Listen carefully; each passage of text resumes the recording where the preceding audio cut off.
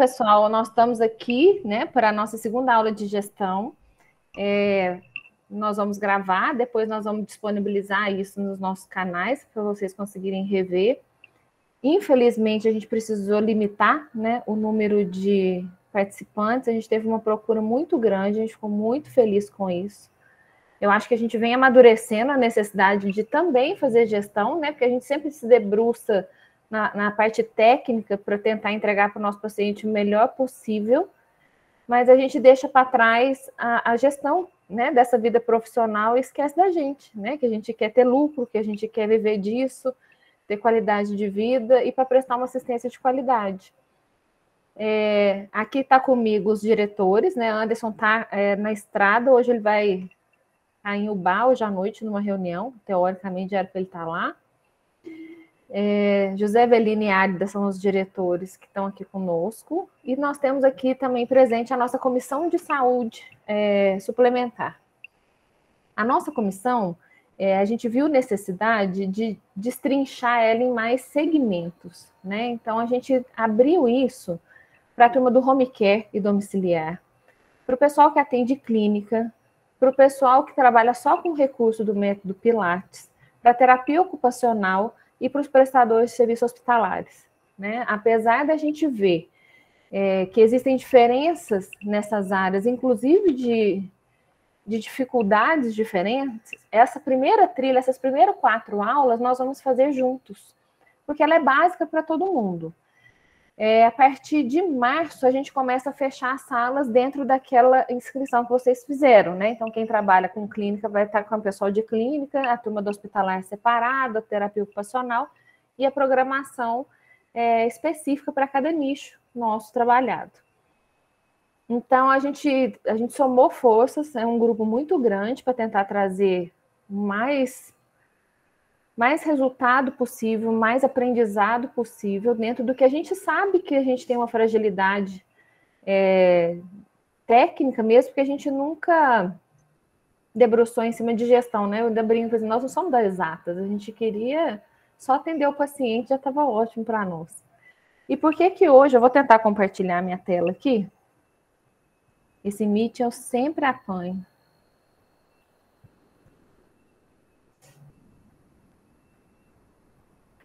Vocês estão conseguindo ver? Sim. Sim. Ainda não está no modo de apresentação. Para mim tá. Como é que eu O faço? meu está carregando ainda. Agora que apareceu. Tenta compartilhar a janela para não ficar... Nós estamos na primeira slide com os demais na lateral. Eu já...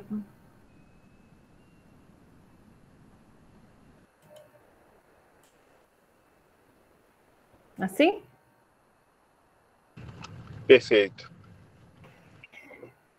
Então, por que a gente tentou trazer o prontuário, né? Porque parece que prontuário é uma coisa tão simples da gente fazer, é a primeira coisa que a gente aprende quando a gente vai para o estágio, né? A gente aprende com maestria. Isso eu falo que eu não sei em que momento a gente desaprende quando a gente cai aqui na assistência, porque não é a realidade que a fiscalização tem visto, né? Eu posso falar de Minas Gerais, porque eu conheço mais profundamente os dados, mas também sei o que acontece nos outros estados. Então, é um documento que eu posso afirmar para vocês que é o documento mais importante que vocês têm em mãos e que a gente mais negligencia, não por má fé, mas por desconhecimento do potencial desse prontuário. Eu sempre falo que esse prontuário ele pode ser nosso algoz, se ele for mal feito, mas ele pode nos salvar de várias situações, se ele for muito bem feito. Então, eu queria construir com vocês a interpretação desse prontuário bem feito e seguro para a gente, tá? A gente também vai falar um pouquinho da LGPD, porque ela veio trazendo muitas mudanças para a gente, principalmente dentro da coleta de dados no prontuário, e a Classificação Brasileira de Diagnóstico Fisioterapêutico, que é a mais nova resolução do Conselho Federal e que traz para a gente uma identidade própria, e que nós todos precisamos abraçar essa resolução, e eu vou explicar para vocês por quê. Então, o que é o prontuário?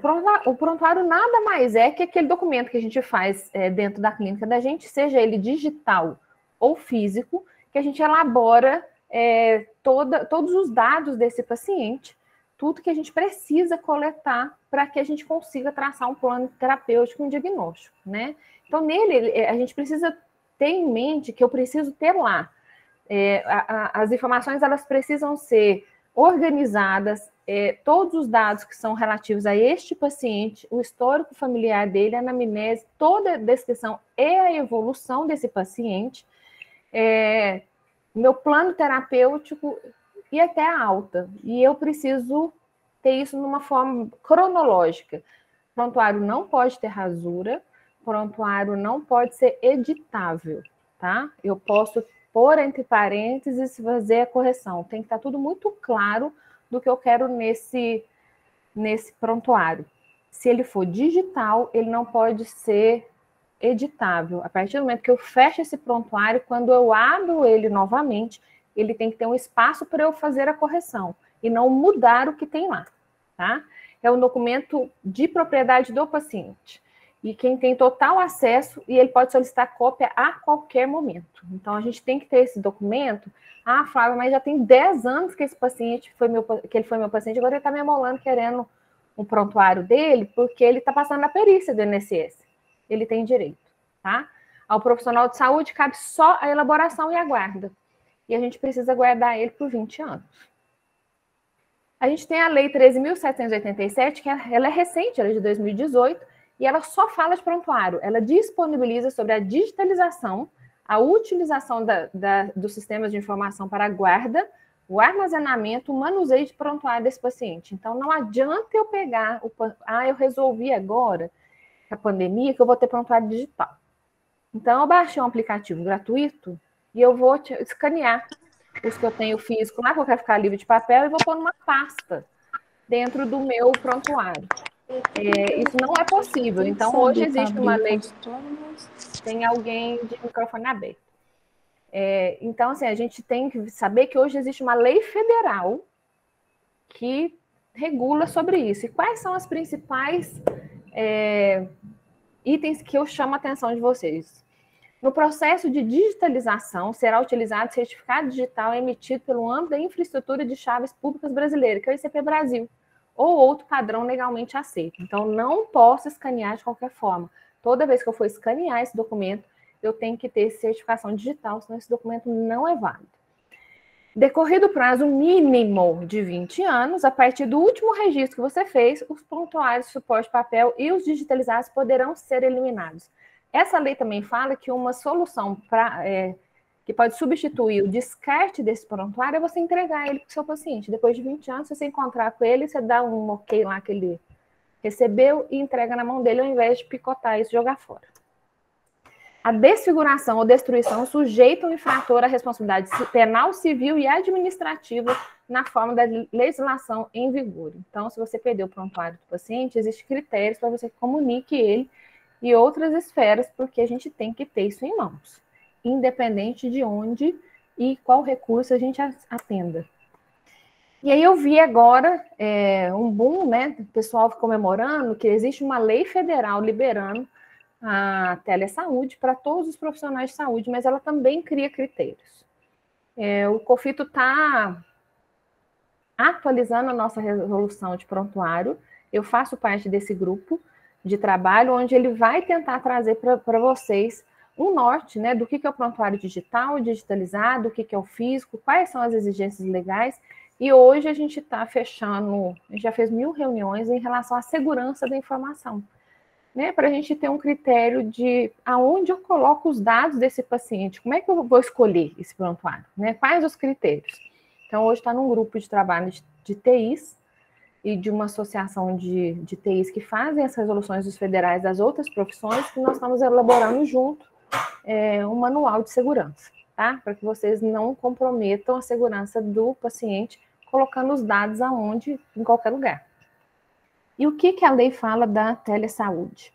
Ela abrange a prestação remota de serviços de todas as profissões da área da saúde, mas ela cria os seguintes critérios: autonomia do profissional de saúde, Para eu fazer um atendimento remoto, eu tenho que ter o consentimento deste paciente, esse consentimento ele deve ser escrito e constar no meu prontuário. O paciente ele tem que ter o direito de não querer o online, tá? Porque a prioridade é garantir o atendimento presencial, sempre que ele solicitar. Então, eu quero atender um paciente lá do Acre. Então, no meu consentimento, eu coloco lá que esse paciente é do Acre e a qualquer tempo que ele solicitar um agendamento, ele vem para Minas Gerais, né? Que a sua agenda está disponível para ele. Então, se assegure com tudo, porque senão eu falo assim, olha, por que você não vem para o Acre? Entendeu? Dignidade e valorização do profissional de saúde, assistência segura e com qualidade do paciente, confidencialidade dos dados, promoção da universalização de acesso dos brasileiros a todos os serviços de saúde, estrita observância das atribuições legais de cada profissão, responsabilidade digital. Então, vamos nos ater nas duas últimas linhas. Tudo que for responsabilidade legal da fisioterapia e da terapia ocupacional, ela é válida na telesaúde. Hoje, o que nós temos vigente? Que todas as informações que a gente coletar, tudo que a gente for fazer com esse paciente, eu coloco isso no prontuário, independente se é presencial ou online. Eu preciso da evolução diária e eu preciso garantir esse paciente de que ele tem acesso à informação desse prontuário. E a gente não esquecer da responsabilidade digital. É extremamente amplo isso, porque tudo que a gente coloca no meio digital, se for um dado do paciente, que a lei fala que ele é o titular desse dado, eu sou responsável por isso, né? E ao contrário do que a gente pensa, o mundo digital não é terra de ninguém. Legalmente é possível rastrear. Se foi você que coletou essa imagem, alguém puxou essa imagem e você não observou a segurança dessa informação. E aí uma pergunta que muita gente faz para nós do CREFITO, para os fiscais, eu trabalho só com Pilates, eu tenho que fazer prontuário? Sim. O Pilates, ele nada mais é que mais um recurso do fisioterapeuta, assim como a eletroterapia, assim como a terapia manual, assim como termoterapia. Eu, no uso do meu exercício profissional, optei em trabalhar apenas com um recurso. Então, eu preciso cumprir a regra. E a regra aqui, na resolução 386 do COFIT, ela é clara. Compete ao fisioterapeuta, para o exercício do método Pilates, prescrever, induzir tratamento e avaliação, e avaliar o resultado a partir da utilização dos recursos cinesterapêuticos ou mecânico-terapêuticos, devendo observar que o método Pilates é um recurso cinesioterapêutico e mecânico-terapêutico que promove a educação e reeducação do movimento corporal composto por exercícios terapêuticos de promoção, prevenção e recuperação da saúde físico-funcional. Que a avaliação dos seus pacientes, clientes, ocorrerá para eleger o melhor recurso do método Pilates e a propedêutica apropriada, tais como o tempo, a intensidade e a frequência do tratamento individualizado ou em grupo, de forma que garanta a qualidade da assistência fisioterapêutica. E a resolução fala que a avaliação, prescrição e evolução dessa intervenção constarão em prontuário, cuja responsabilidade deverá ser assumida pelo fisioterapeuta, inclusive quanto ao seu sigilo profissional, bem como a observância dos princípios éticos, bioéticos, técnicos e científicos. Então, se eu uso o método Pilates e eu atendo hoje em uma academia, a responsabilidade do sigilo desse prontuário é meu, tá? E aí eu não posso deixar de falar que fisioterapeuta não tem aluno e por que a gente tem que justificar. Porque a graduação de fisioterapia não traz para nós a opção de licenciatura, que é a modalidade do curso superior que confere ao aluno um grau para lecionar aulas no ensino fundamental, médico e profissionalizante na área de conhecimento do curso escolhido. A educação física tem a opção da licenciatura, a fisioterapia não tem essa opção. Então, o fisioterapeuta ele tem cliente ou paciente, uma vez que o COFIT reconhece que a gente também faz a promoção e a prevenção de saúde, tá? E o que a LGPD traz de maior impacto para nós? Independente de onde quer que a gente esteja, né? Por que a gente teve que ter a LGPD? Aí eu trago vocês para pensar dentro da clínica de vocês, no espaço que vocês trabalham. Vamos pensar nesse contexto. Na recepção do consultório, existe a agenda com os dados do paciente e a consulta, com fácil acesso ao público geral? Vocês acham que tem algum problema? Então, lá na minha agenda tem lá Maria, o telefone, José, o telefone, número da guia, número da carteirinha, se desmarcou, se não remarcou, com quem que é o contato? Ah, Maria vem, ela é criança, então fala com a avó Lucilene. Isso tudo está na nossa agenda, ela fica em cima da mesa, qualquer um pode passar a mão nela e levar embora. Digitalizei documentos do paciente, quero descartá-los, o que eu faço? Né? O paciente preenche um formulário que está lá na recepção. Quem que tem acesso a esse formulário que a gente preenche? Para que eu vou usar esse dado e esse questionamento que eu pus no paciente? Ele vai ser digitalizado? Como que ele vai ser eliminado? Na clínica ou no hospital, existem computadores com acesso dos pacientes em diferentes salas e consultórios. Existe proteção por senha de cada terminal e cada profissional? É exatamente isso que a LGPD veio para moralizar o respeito ao dado do paciente. A lei, ela fala que a gente precisa agora proteger os dados desse paciente. Então, dados pessoais são os dados que identificam aquela pessoa. O nome, o CPF, o endereço, o e-mail, o telefone, nome da mãe, nome do pai. Isso são os dados que toda pessoa consegue ser identificada. E na área da saúde ainda tem uma exceção, porque eles falam que a gente tem acesso a dados sensíveis. O que são dados sensíveis? São além dos dados pessoais. O profissional de saúde, ele detém informação, ele precisa coletar algumas informações de saúde que a lei entende como um dado sensível. O que seria um dado sensível? Os dados de saúde, os dados biométricos, a opção sexual, a etnia desse paciente. Então, assim, todos os dados e os dados de saúde, eles são elencados dentro de uma lista que podem ser dados discriminatórios. Por isso que a gente tem que ficar mais atento enquanto profissional de saúde, porque a lei é mais rigorosa conosco por causa dos dados que a gente trabalha, tá? E o que a lei fala tanto desse tratamento de dados? A gente que é da área da saúde pensa que tratar dados é um tratamento, né? Tratamento para a Lei Geral de Proteção de Dados é todo o ciclo de vida deste dado na minha mão. Então, se eu coletei lá do meu paciente os dados do prontuário, eu preciso ter o controle desde que refere a coleta, como que eu vou coletar esse dado, o que eu vou classificar desse dado, se ele é um dado sensível, se ele é um dado pessoal, dado financeiro, o que eu precisei coletar ele, aonde que eu vou guardar, quem que vai ter acesso, se esse paciente tem acesso a essa cópia, se aonde eu guardo, a secretária tem acesso, todo mundo tem acesso, no tempo devido, quando eu quiser descartar esse dado, eu tenho um critério de descarte, eu falo que o que a lei fala que é tratamento de dados, a gente da área da saúde, a gente consegue fazer uma analogia com o POP.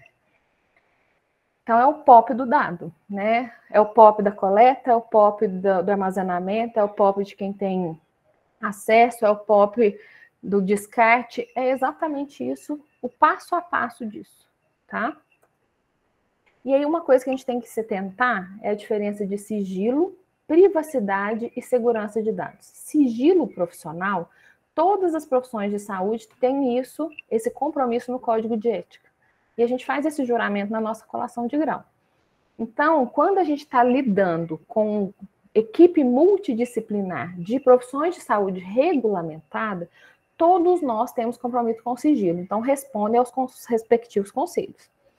Quando a gente fala de privacidade, o pessoal faz muita confusão de privacidade e segurança do dado. A segurança do dado é como que eu vou guardar. O que eu estou fazendo dentro da minha clínica que eu vou tentar garantir a segurança desse dado, que ele não vai vazar, né? Que ele não vai extraviar, que ele não vai se perder. Porque quando a gente fala de segurança, a gente fala inclusive do perigo que corre da secretária derrubar um café em cima desse prontuário e perder todos os dados. Isso é uma perda de dados, né? Então, qual que é a diferença de segurança e privacidade? Eu faço sempre uma analogia para vocês entenderem essa diferença. Imagina um banheiro com as paredes de vidro e uma tranca desse tamanho. Em relação à segurança, tá ok, porque ninguém vai abrir ali se não tiver a chave certa, porque a tranca é extremamente segura. Mas em relação à privacidade, a gente não está garantindo, porque esse banheiro todo mundo vê lá dentro. Então, é a mesma coisa quando você chega no consultório e a secretária fala assim, qual que é o seu nome? Seu endereço, seu CPF, e a sala de espera está lotada. Então, pode até ser que você investiu um dinheiro para a segurança desse paciente, porque depois do prontuário eu pus no armário com não sei das quantas, não sei quantas senhas, o pessoal tem que pôr digital. A secretária foi lá e acabou com tudo, porque ela já gritou os dados do paciente, tudo ali dentro. Então, é aí que a gente tem que pensar como que a gente vai garantir os 3 itens para esse paciente, né? Então, uma coisa não tem relação com a outra, elas se somam para garantir a ele que a Lei Geral de Proteção de Dados seja cumprida. Então, dá esse formulário para ele preencher. Esses tempos atrás eu fui numa clínica que eu achei sensacional. A gente fez uma adequação e ela fez esse cabeçalho que a secretária faz de questionamento, que é uma entrevista inicial, né, que são os dados pessoais, ela deu na prancheta. Aí, na hora que a paciente entregava para a secretária, ela digitava tudo e ela picotava. Ela tinha um picotadeiro. Assim que ela acabava de transferir, ela picotava, que na hora que o paciente entrava, já estava com aquilo lá no prontuário. Teve uma outra clínica que era um QR Code. A pessoa preenchia no celular e aquilo já ficava no prontuário. Então, a gente cria estratégias para garantir que a Lei Geral de Proteção de Dados seja cumprida. É uma virada de chave, né? Não é fácil a gente sair daquele automático que a gente está de preenchimento, a gente nem tem secretária, que é a confusão, para a gente dar uma parada e falar assim, olha, é uma realidade, chegou a hora, eu preciso movimentar isso aqui. Então, o sigilo profissional, ele é atrelado à ética e à moral da profissão e compreende que o profissional mantém em segredo tudo que vier a tomar conhecimento em relação ao paciente. E a obrigação de sigilo independe do pedido do paciente, pois é inerente ao exercício da profissão. Isso em qualquer profissão de saúde. E quais são as sanções que eu vou sofrer da Agência Nacional de Proteção de Dados, que hoje é uma autarquia, e é ela que vai vir para cima da gente? Quais são as possíveis sanções se esse paciente queixar? Eu posso tomar uma advertência, né? E ele me dá um prazo ali para eu adequar alguma coisa que aconteceu. Ela pode chegar na minha cidade e fazer a publicização disso, ela colocar na imprensa que na minha clínica aconteceu isso. Ela pode pedir que eu elimine todos os dados, ela pode me impedir que eu colete mais dados a partir daquela data, ou ela pode me multar, onde o teto são 50 milhões, dependendo do dano que eu causei neste paciente. Eu acho que, assim, independente do grau, eu venho de uma cidade do interior. Se ela joga lá no blog da minha cidade, ela fecha a minha clínica. Seguramente, o povo do interior, nossa senhora, aconteceu um trem lá na clínica da Flávia, não vão lá mais não, o povo nem entende o que aconteceu e já vai me lascar. A eliminação de dados, ela vai pedir desse paciente, eu vou perder esse cliente, né? Isso vai ecoar para mim. Ela impedir que eu colete dados, ela impede meu exercício profissional, eu não consigo fazer nada com esse paciente se ela não deixar eu coletar mais dados. A multa de 50 milhões, eu não vou chegar em 50 milhões, ela vai ter acesso ao meu imposto de renda, ela não vai jogar essa multa em mim, mas a multa pode ser de 100 mil. Ela pode ser de 20 mil, ela pode ser de 50 mil e parcelar, e eu ainda vou ter que pagar essa multa e ainda com as sanções de não conseguir ficar 6 meses lá sem coletar dados. Então, não é legal pagar para ver. Junto com isso, o paciente seguramente vai entrar na justiça comum pedindo um dano moral. E entra no CREFITO para processo ético. O ano passado, nós tivemos processo ético de paciente contra fisioterapeuta, alegando a Lei Geral de Proteção de Dados, numa situação extremamente comum. Extremamente comum, que a gente faz, mas a regra, com a alegação da paciente, a profissional sofreu as sanções dentro do conselho e teve um dano moral, ter que pagar para a paciente. E aí veio a classificação brasileira de diagnóstico, que foi um trabalho desde 2018, eu faço parte dessa comissão. É um trabalho que a gente está debruçado há muito tempo, foi construído a muitas mãos, né? A gente foi um nível de amadurecimento profissional para a nossa comissão gigantesco. A terapia ocupacional, ela vem hoje trabalhando, a gente tem uma colega que a gente indicou, a Maiara, que é do interior, é de Formiga, que compõe a comissão do COFITO da terapia ocupacional, onde eles estão trabalhando um referencial de procedimentos, e também trabalharão com os diagnósticos da terapia ocupacional, tá? Então, da TO está em andamento. A fisioterapia é um grupo gigante, essa é a nossa comissão, né? Eu sou essa de laranja, do meu lado direito é o Dr. Roberto Cepeda, que é o presidente do Federal, e essa patota toda, aonde eu estou de laranja, é a nossa comissão que trabalhou incansavelmente durante esses anos todos. Do lado direito estão os representantes, os presidentes e seus representantes dos CREFITOS, que em março nós apresentamos esse trabalho para o sistema, que precisou de uma união e colaboração. Todos os CREFITOS colaboraram, todas as associações foram convidadas a colaborar com o documento, vieram colaborações extremamente importantes. A gente só não contou o que era o pano de fundo disso. A gente precisava ter uma identidade profissional no diagnóstico. Um dia o Dr. Roberto chegou para a gente e falou assim, o que a gente faz no primeiro capítulo da resolução de procedimentos da FISIO? O que o primeiro capítulo fala? Consulta hospitalar, consulta ambulatorial e consulta em home care. O que a gente quer com isso? É o primeiro procedimento que a gente reconhece, está lá na resolução. E a gente tentou explicar, porque eu achei, a gente se olhava, eu sou a única do ambulatório ali, eu olhava assim, mas por que será que ele está perguntando isso, né? E ele estava muito sério esse dia, muito sério. O Dr. Cepeda é muito educado, esse dia estava muito sério. Ele falou assim, vocês têm dificuldade de falar que é na consulta que a gente faz o diagnóstico? E aí, na hora, nós pensamos... Eu confesso que na hora eu pensei, isso não foi uma palavra que veio fácil na minha mente. Eu pensei várias coisas. Ele falou assim, pois é ali que a gente precisa decifrar o que o fisioterapeuta faz. Qual o caminho que ele traça para chegar nesse diagnóstico, né?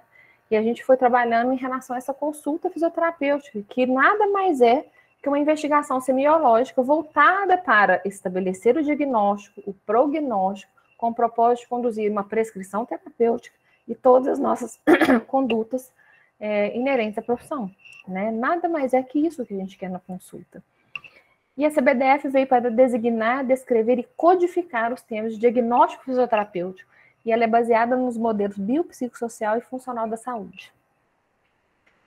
É uma resolução que iniciou com 5.000 páginas, e a gente conseguiu amadurecer esse processo, ela virou 1.700 e poucas páginas, onde a gente sabia que o profissional nem ia ler, né?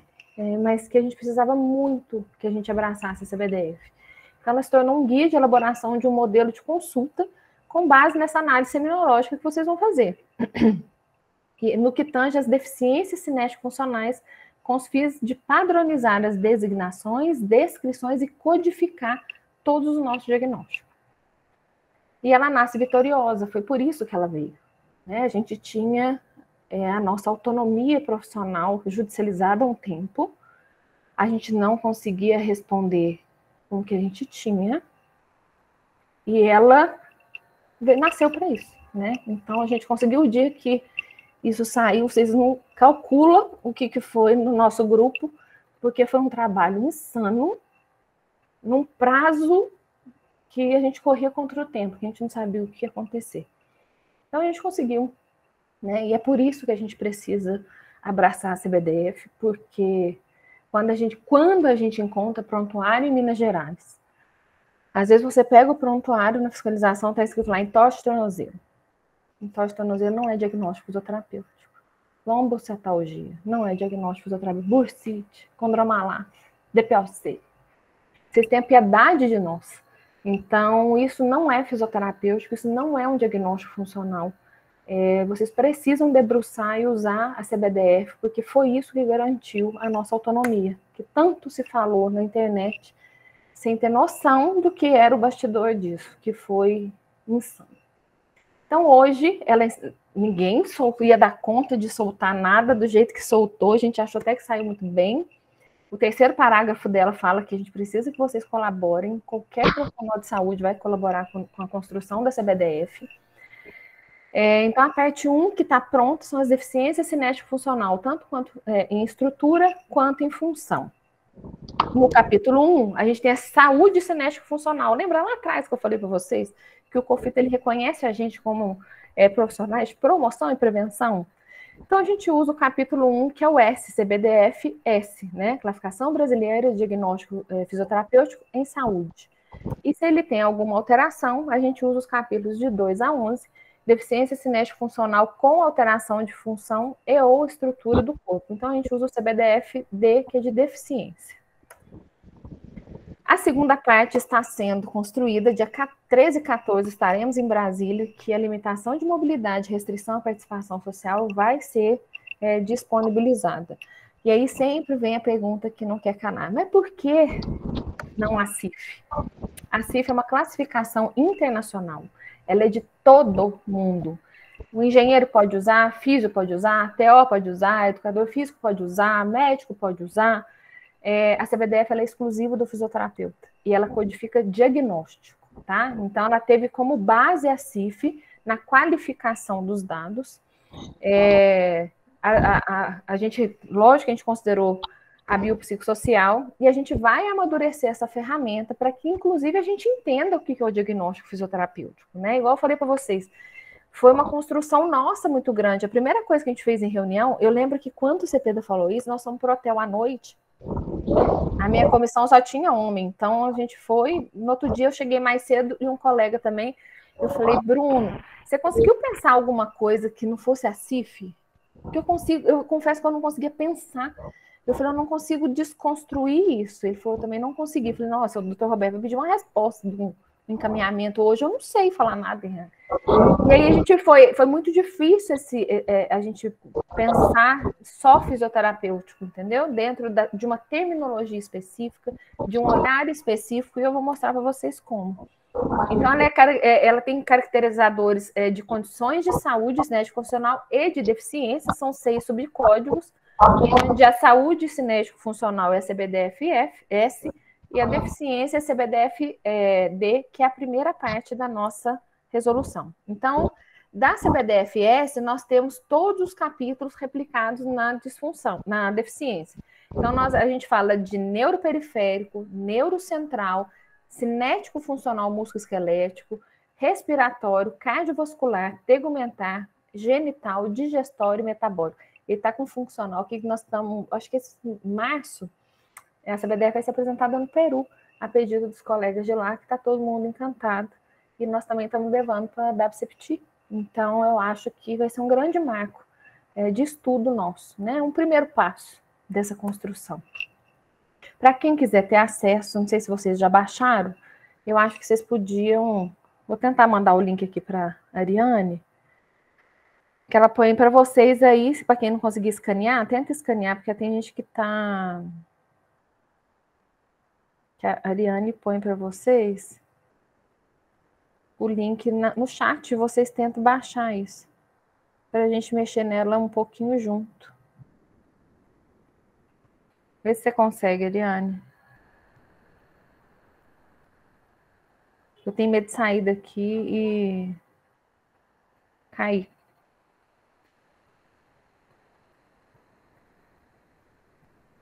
Não sei se a Ariane está online. Vocês conseguiram acessar? Morrendo de medo de... A Ariane colocou... Viu aqui.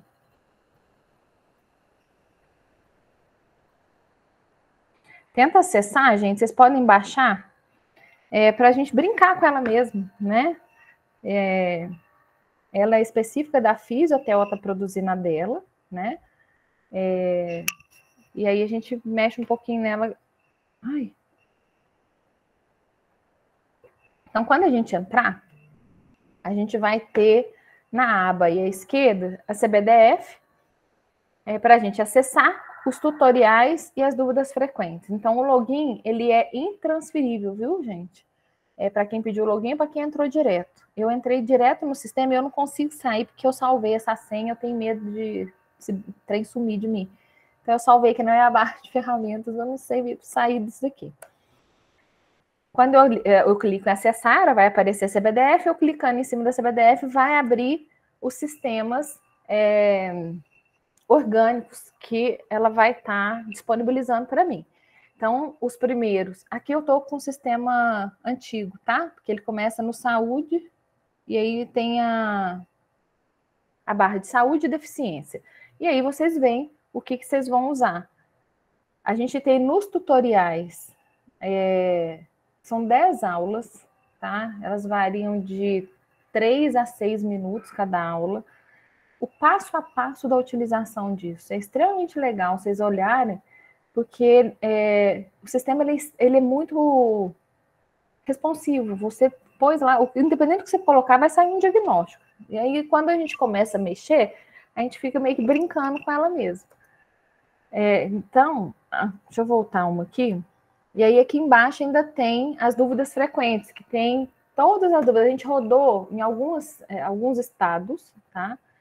A gente fez uma apresentação no lançamento, ela foi publicada em outubro, se não me engano, no dia 6 de outubro. No 13 de outubro, nós fizemos um evento, até com a participação do Dr. Roberto. Depois, essa ferramenta ela ficou fechada, porque o que a gente pensou nessa ferramenta? A gente pensou na colaboração do fisioterapeuta, né? A ferramenta não salva dados, gente. Então, se vocês forem usar, tem uma barrinha lá em cima que ela vai salvar em PDF, copia e cola, põe em algum lugar, printa a tela, tira a foto, porque se você mudar, vai sumir tudo aquilo. Ela não salva, ela não é um prontuário eletrônico, tá? Ela é um software só de somatório de dados, tá? E ela vai chegar no diagnóstico. Pode ser que você use mais de um sistema. Eu sou da música esquelética, e eu já usei muito a tegumentária e usei muito a neuroperiférica, né? Que às vezes a gente precisa misturar. É só você colocar lá embaixo, adicionar mais, e ele abre de novo e você soma os diagnósticos e você monta um relatório. Então, é uma ferramenta muito importante que a gente traz ela para complementar esse prontuário, para facilitar esse diagnóstico. Eu acho que quando vocês leem o diagnóstico que a CBDF gera, vocês vão se identificar com cada palavra, né? Porque ela é extremamente nossa, ela é a nossa identidade e o nosso diagnóstico hoje com segurança, tá? Então, eu falo que a DQuest não é mais uma opção. Ela é necessária para toda a nossa categoria. A gente ter uma identidade específica, a gente ter uma nomenclatura específica, a gente qualificar esses dados com ética, com evidência, para fazer um bom relatório. Isso pode servir também como um dado, né, de gestão para a gente dentro das clínicas. Depois eu abro ela aqui para a gente, vou abrir para pergunta, para a gente trocar uma ideia em relação a ela. E a gente colocar isso em prática, né? Que a gente vai saber sempre o começo, meio e fim desse paciente com segurança. Eu queria agradecer, eu vou abrir para vocês, para a gente trocar uma ideia. Eu acho que tem muita coisa que é nova, tem muita coisa que a gente vai ter que, apesar do prontuário ser algo que a gente aprende no primeiro ano de faculdade a fazer, eu acho que a gente ainda tem muito a construir, reconstruir com mais responsabilidade. O que eu queria trazer para vocês nós tem 100 e tantas mensagens, gente. Não, tem não, é o povo. Se alguém está conseguindo ler, se tiver alguma pergunta para gente, porque eu fiquei sem a tela aqui. Eu fiquei direto. Pode, Cleo. A gente tem uma colega até da perícia, se eu te falar que, Gabriela, quando a gente apresentou para o sistema, a turma de perícia é que sugeriu da gente fazer o capítulo de saúde, até para a gente realmente ter um comparativo, né? Vamos supor, eu preciso laudar esse paciente, falar que ele está apto a voltar ao trabalho, que ele está apto à atividade laboral, e a gente tinha feito só das deficiências. Então, foi bem nesse sentido que a gente recebeu essa colaboração do pessoal da perícia. Foi um questionamento deles. Eu não sei se tem muita pergunta aqui, se alguém... Vou tentar resgatar. Se alguém quer levantar a mão, eu não vi. Vou tentar voltar aqui um pouco, para eu tentar resgatar. Qual o nome da autarquia para aplicação de sanções e multas? Agência Nacional de Proteção de Dados, ANPD. Ela tem página no Instagram também. E sempre solta umas informações bem legais, tá? Como ter acesso a essa apresentação? Nós vamos tentar disponibilizar, eu passo para vocês. Às vezes as meninas conseguem, Deixa eu ver o que mais. A Viviane já usou CBDF, é uma delícia, né? Eu fiquei inventando caso clínico, gente. Vocês não têm noção. Vira mania, não vira? Eu fiquei lá, não, agora eu lembrava de paciente lá atrás. Falei, nossa, deixa eu tentar.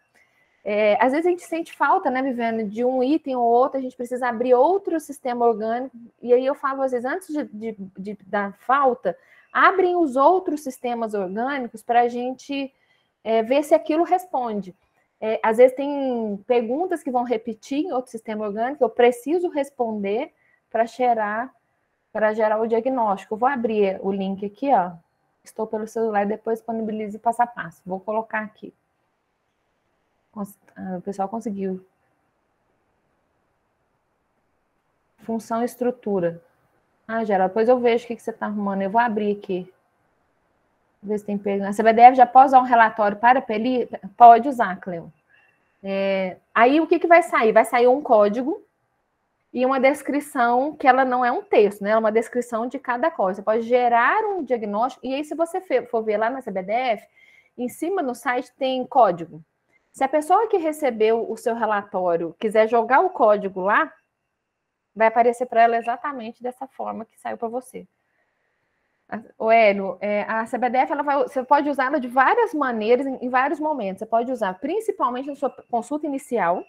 Então, você faz a avaliação. Então, vamos supor, igual ele colocar...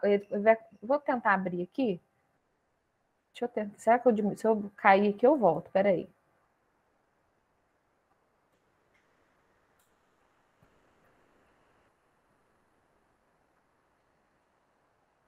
O tutorial não está aparecendo o link? Eu vou ver onde que... Deixa eu tentar compartilhar a tela aqui com vocês para a gente ver. Ele não vai aparecer, não.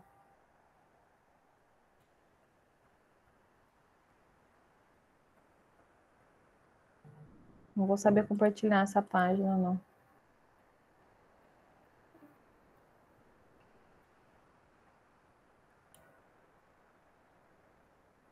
Eu vou abrir aqui, ó. Vamos supor, se eu escolho aqui, eu queria tanto mostrar para vocês. Alguém me salva? Ecrã completo, vou pôr isso. Vamos ver o que vai virar, vai aparecer um tanto de tela. Vocês estão vendo vocês mesmo? O que vocês estão vendo? Nada? Vocês. A gente está vendo vocês, a gente... Quase que entra a sua tela. Apareceu sua tela, Flavinho. Não, mas aí aparece. Mas aparece vocês, não aparece a minha tela de internet. Aparece a tela em cima e a gente embaixo. Mas qual tela? Seu computador aí. A apresentação não está aparecendo, não. Aí, ó, tá aparecendo a tela do computador seu. A CBDF está aparecendo? Tá. Então tá, ó. Agora tá certo, Flávio. Tá. Então, ó, eu vou escolher a música esquelética. Então, vamos pensar aqui uma coisa simples. Uma dor lombar irradiada para membro inferior, tá? Então, o que eu Faz o exemplo de uma entorse de tornozelo pra gente ver. Então, vamos fazer aqui, Tati. É a Tati, né? Porque essa vozinha... Eu mesmo. Eu não consigo enxergar vocês quando eu compartilho a tela, gente. Então, o que a gente vai escolher? O status. O que é o status? Se tem lesão na estrutura, se ela não tem lesão na estrutura e se a lesão ela é aguda ou crônica. Então, entorse de tornozelo, vamos colocar que ela tem uma lesão aguda, tá? Aí vai aparecer. E dor? É aqui que mora o perigo, gente. Eu preciso responder essas perguntas pensando como que eu avaliei o paciente, não é do meu achismo, né? Então, vamos supor aqui que eu vou usar a escala visual analógica. Então, ele colocou aqui que a dor dele é moderada, né? De 0 a 10 lá, ele colocou que é 7. E aí é isso que está na CIF, viu, gente? É isso que a gente tem que colocar lá. De 0 a 20% é leve, de 20 a 40% é moderada. Você entendeu? Não aplicável. É essa qualificação da CIF que a gente vai usar aqui. Que a gente tem que ter... Isso a gente decora rápido, mas vocês têm que ter isso do lado. E aí eu quero mobilidade articular. O que eu preciso saber? Se ela está mobilidade completa, tem uma leve redução, uma moderada redução, uma grave redução, uma completa, não especificada ou não aplicável. Então, vamos pensar que ela teve aguda, eu fiz o goneiômetro e eu resolvi para ver essa mobilidade e eu coloquei que é uma moderada redução. E a força muscular, como é que eu vou mensurar essa força? E aí eu coloquei que ela tem uma leve redução de força, né? Ou eu vou falar que como é um evento agudo e esse paciente está com dor, eu não vou avaliar a força dela, então é não aplicável, tá? Segmento, qual que é o segmento? Então ela afeta a cabeça, a coluna e membros, um segmento ou parte do corpo, afetando mais de uma parte do corpo, um segmento. E aí vai aparecer membro superior direito, esquerdo, membro inferior direito, esquerdo, ombro, tá? Vamos chegar lá no tornozelo. Tornozelo ou pé direito, tornozelo ou pé esquerdo. Vamos pôr o direito. E aí eu envio esse relatório. Simples assim. CBDF gerada com sucesso. Deficiência cinética funcional musculoesquelética com lesão aguda de estrutura, moderada dor, moderada redução de mobilidade articular, força não aplicável, afetando um segmento ou parte do corpo, como tornozelo ou pé. Mas aí ela vai falar comigo que ela está com a sensibilidade alterada e eu quero mais coisa. Então, vamos lá. Porque às vezes ela está com... Então, aí eu pego e copio e colo no prontuário do paciente, o diagnóstico, é isso? Ainda não. Aqui você ainda pode, porque como você colocou adicione mais, ele não vai mudar. Ele vai só somar. Aí eu venho aqui e vou colocar lá se eu quero saber... Vamos pôr tegumentar, porque está com o pé inchado. Status. Sem edema, com edema agudo ou edema crônico? Edema agudo. Vamos lembrar, isso tudo está no nosso prontuário lá, nós avaliamos o paciente. Qualificador de status. Ele sem ruptura da integridade, com ruptura, isso aqui é cutânea. Então, vamos colocar sem ruptura da integridade cutânea. Funções sensoriais. Diz aí. Então, ele tem... sem alteração, leve alteração, moderada alteração, vamos colocar leve alteração sensorial porque está com edema. Mobilidade articular, a gente não avaliou, lembra lá na frente? Não, a mobilidade a gente colocou leve redução. Foi a força que não foi mensurável. Foi, aí a gente colocou que a dor aqui, moderada, o segmento, um segmento ou parte, eu vou voltar lá no tornozelo ou pé direito, e enviar o relatório. Aí ele gera 2 relatórios para mim, tá? Deficiência cinética funcional com lesão de estrutura, moderada redução, não é aqui em cima. Com edema agudo, sem ruptura, sem alteração da pigmentação, leve alteração sensorial, que aqui eu construo um relatório, Gabriela. Eu vou colocar todo o meu relatório, falar que ele não tem, que a força não foi avaliada, porque não aplicável avaliar a força numa lesão aguda, que ele não tem alteração de pele, eu construo, eu não preciso nem mandar assim para ele. Você coloca lá, aí embaixo você coloca entre parênteses, CBDF XYZ, CBDF XYZ, porque se ele quiser, ele copia e cola, e ele vai colocar aqui em cima, ó, buscar por número de CBDF. Aí ele vai colocar um por um e vai aparecer, entendeu? Então a gente precisa copiar e colar. Aí, aqui eu preciso, aqui, ó, lá, CBDF, cópia realizada com sucesso. Ok, aí eu vou lá no prontuário e colo, tá? Ou então eu copio e colo aqui, põe lá no Word. Ou printa a tela, porque às vezes no celular é mais difícil. Printa, porque vocês vão perder isso. Aí vocês printam a tela e depois vocês passam só limpo. Então isso dá... É muito gostoso mexer com a CBDF, fala a verdade. E é muito simples, né? Então, assim, na hora que a gente usa, que a gente vê a terminologia usada, que é isso que a gente tem que usar agora no nosso dia a dia. E vocês vão acostumar que no que a gente vai mexendo na CBDF, são palavras que a gente deveria usar, né? A gente não usa aqui o entorse de tornozelo, né, Tati? A gente usa aqui uma alteração cinética funcional com lesão aguda do tornozelo. Então, assim, o nosso diagnóstico... Desde quando a gente mudou a avaliação para cinética funcional, começou a mudar até o raciocínio. Então, eu estava falando aqui agora mesmo com os meninos que é fisioterapeuta, né? Uhum. mudou a patologia, porque a gente, quando tinha ortopedia, as classificações nossas eram muito parecidas com os termos médicos. Então, a educação acho que vai ter que começar também na faculdade, né? Pois é, e aí eu acho, é engraçado que eu escutei isso de um colega nosso do Crefito Jovem. O Crefito Jovem é um projeto que a gente tem dos estudantes. E eles falaram assim, nossa, isso daqui tá ótimo, porque vai virar um roteiro de avaliação dentro da clínica escola. Teve 2 alunos da PUC, daqui do Corel, que já me procuraram, que eles querem fazer o TCC deles em cima da CBDF, e a gente precisa disso, gente. A gente precisa que a gente valide, que a gente colabore, que a gente manda mensagem. A gente tem que, nos anos ímpares, faz mesmo, Elzira, o que vocês precisarem de suporte, sabe? Levar a gente para a faculdade. A gente precisa pôr essa turma para pôr a mão na massa mesmo. Assim, desculpa o trocadilho, mas é bem isso. Porque é usando que a gente vai ver as deficiências da ferramenta, né? Como que a gente pode melhorar isso. E aí eu tenho... Agora vai vir o capítulo 2, que vai vir... restrição à participação, que eu acho que para quem trabalha com funcionalidade é extremamente importante. Então, a gente vai ter relatórios muito fáceis de elaborar, né? Porque a gente vai trazer tudo embasado para o que o sistema trouxe para a gente, do que a gente interpretou do prontuário. Então, a gente precisa amadurecer esse prontuário. A gente pode... Alguém perguntou assim, mas quando que eu uso? A gente usa... O que a gente pode usar... Hélio, ele estava dentro desse sistema da CBDF. Eu vou perguntar, porque eu acho que o COFIT está mudando o site. Então, ele vai criar uma aba só da CBDF, porque lá, inclusive, vai ter uma barra de participação para vocês mandarem colaboração, né? Eu vou ver para onde foi, porque lembra que eu falei para vocês que esse sistema do CICOFIT ele era fechado? Que a gente pensou que era para usar só para o fisioterapeuta.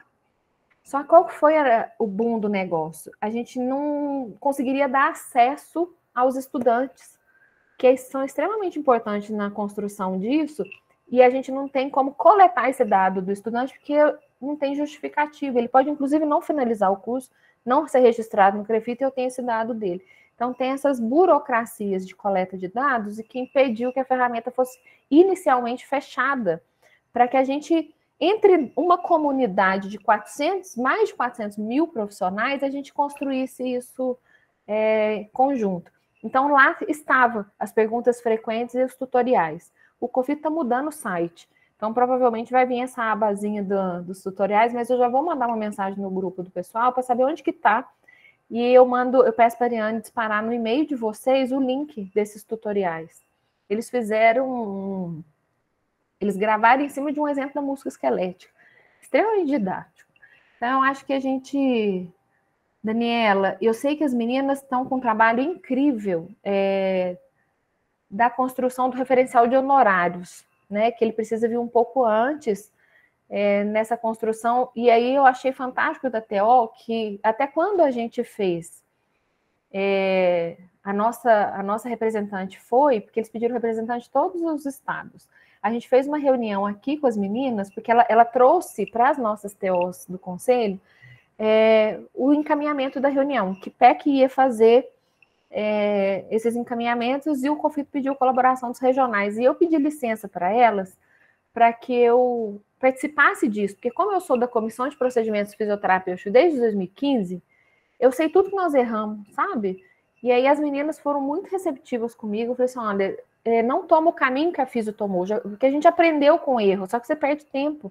E aí a gente teve... eu sei que as meninas estão trabalhando, eu não sei em relação às reuniões delas como é que tá, mas já tem um grupo encabeçado pela vice-presidente do Conselho Federal, e a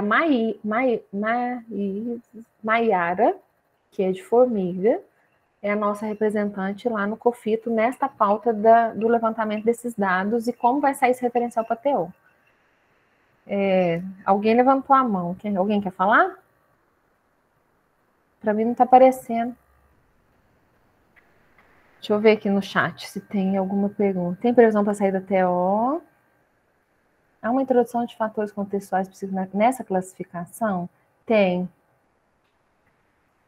A gente fez assim muito resumido, Isley, porque a resolução já ficou muito extensa, sabe? Eu acho que o próprio tutorial traz um pouco disso, porque ficava mais fácil a comunicação. A gente teve uma dificuldade, inclusive, de ser publicada no DOU, porque nunca se teve nada publicado no Diário Oficial de mais de 1.500 páginas. Então, a gente teve que fracionar e dar uma enxugada para que o anexo não saísse, né? Porque a gente precisava disso.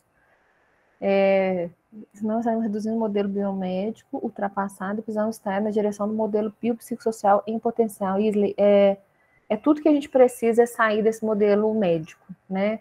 A gente ainda tem não só a sociedade enraizada nesse modelo médico, mas os próprios colegas. A gente vê uma resistência muito grande das pessoas entenderem. Por isso que a gente precisa trabalhar com a CBDF, que eu acho que ela vai trazer inconsciente um novo aprendizado para a gente de novas terminologias e o que é a avaliação do fisioterapeuta em relação à disfunção cinético-funcional, né?